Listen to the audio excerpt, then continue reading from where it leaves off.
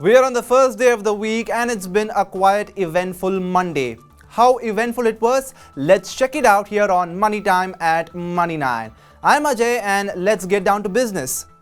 After Chat GPT Plus subscriptions began in India, many users reported problem in paying for the subscription. According to media reports, subscription fees for using Chat GPT Plus in India is $20 per month.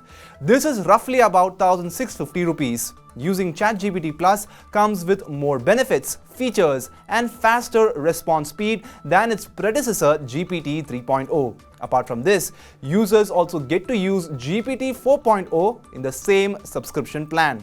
But as payment system has malfunctioned, users are denied of these added benefits.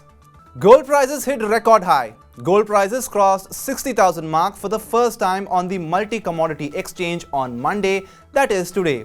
But by 4 p.m. today, spot market price of 10 grams of gold on MCX had come down just slightly down to 59,618 rupees.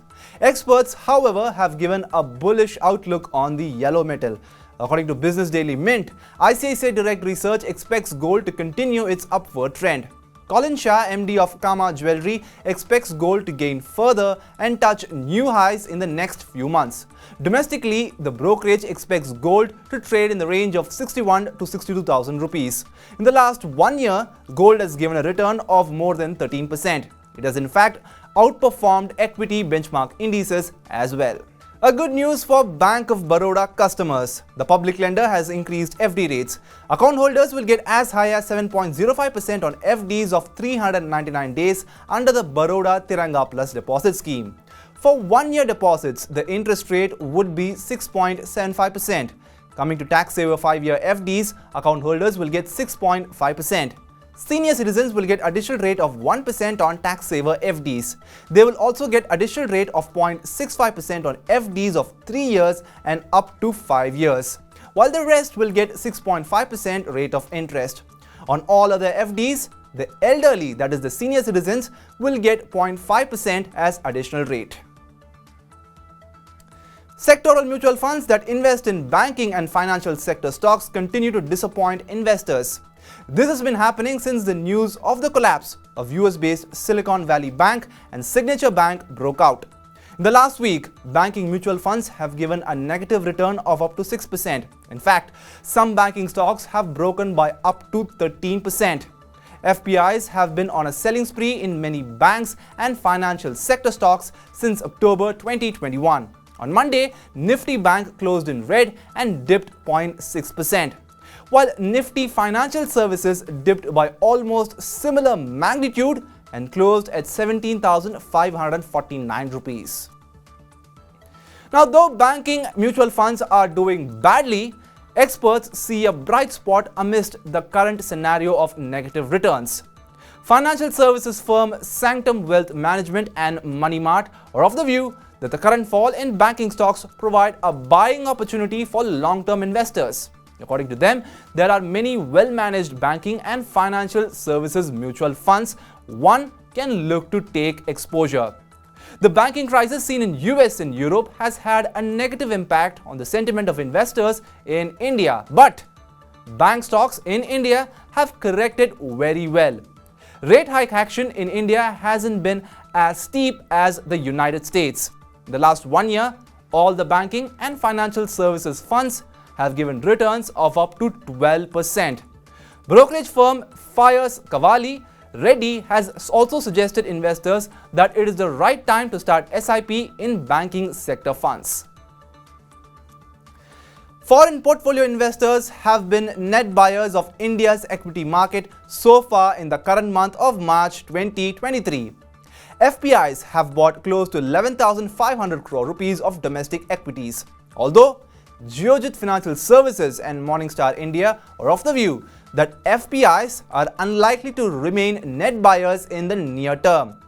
A bulk of FII buying so far in March has come from funds infused by US-based GQG partners in the Adani Group companies.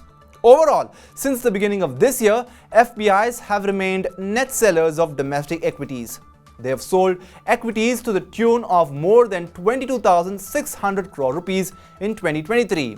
In terms of investing in sectors, FPIs have been consistent buyers only in capital goods sector.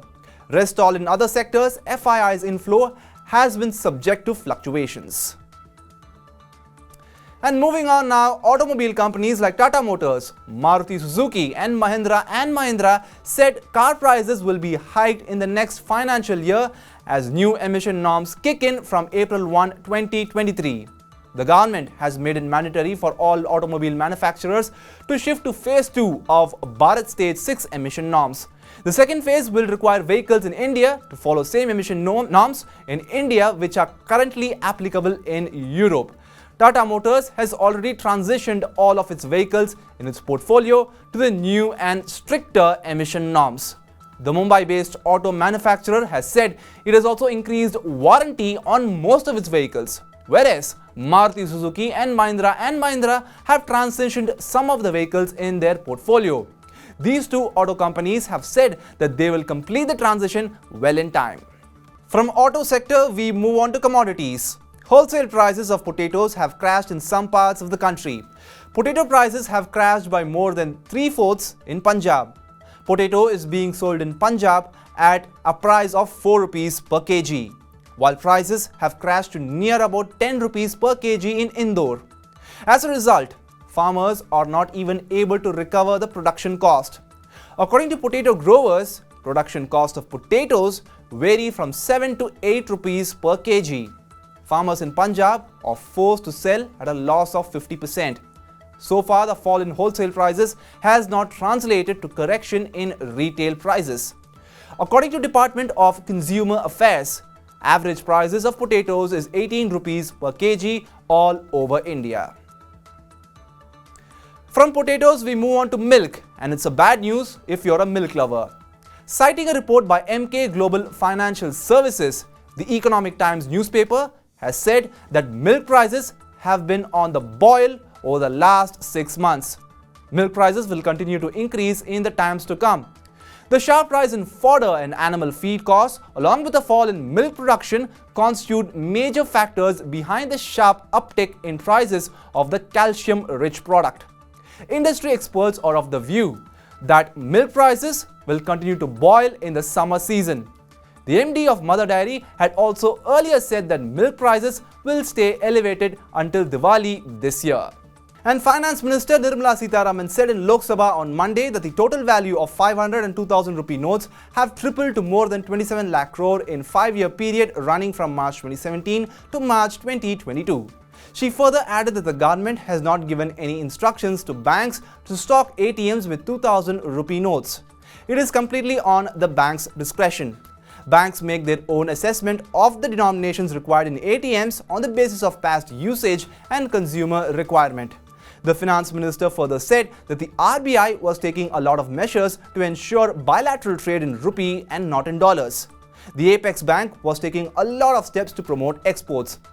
It was also looking to raise forex funding through the alternative means to lower dependence on foreign currency fluctuations.